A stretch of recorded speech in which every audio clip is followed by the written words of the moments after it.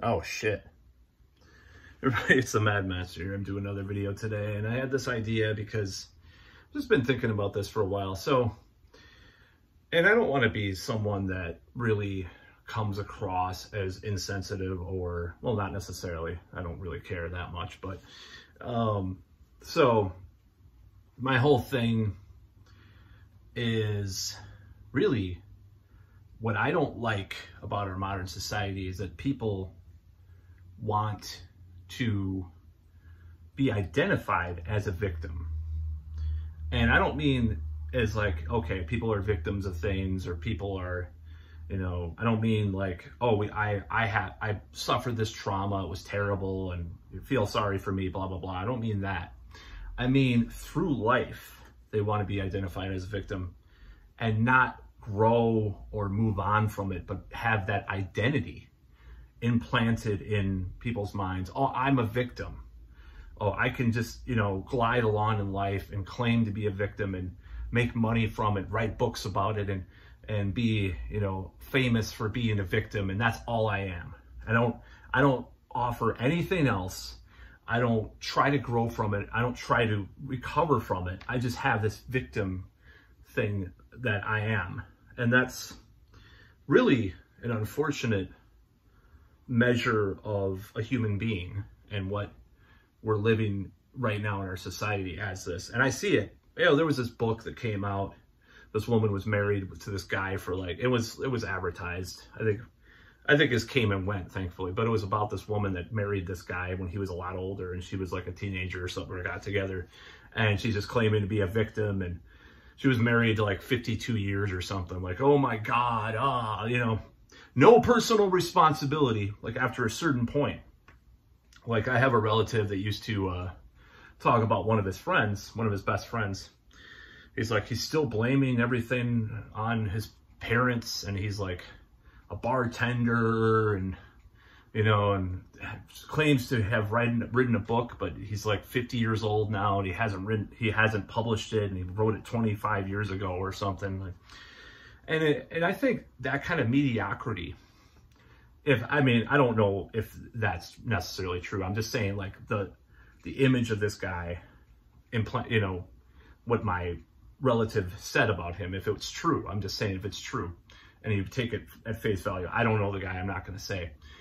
If that kind of mediocrity is actually currently what is tolerated in our society, then if that's true, then we're fucked as a society.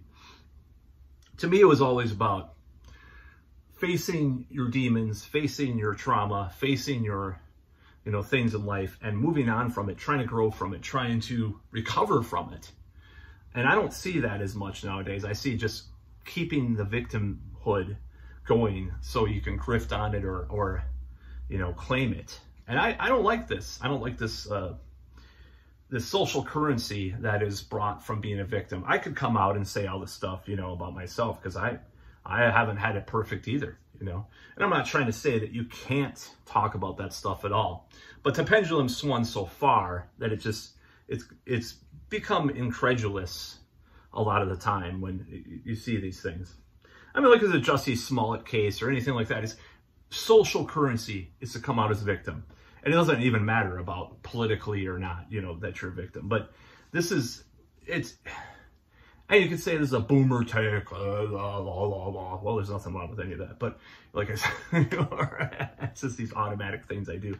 So this whole impetus of becoming a victim and being, that's your identity, I don't really understand it. And maybe it's a generational thing. Maybe I'm too old to understand that that's a good, you know, oh, it's like actually a good thing or something, you know, like it's a generation gap that I had.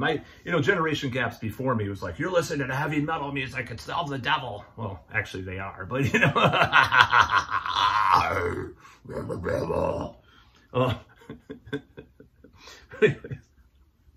so, but like, you know, that kind of generation gap versus like now it's like, what the hell, you know?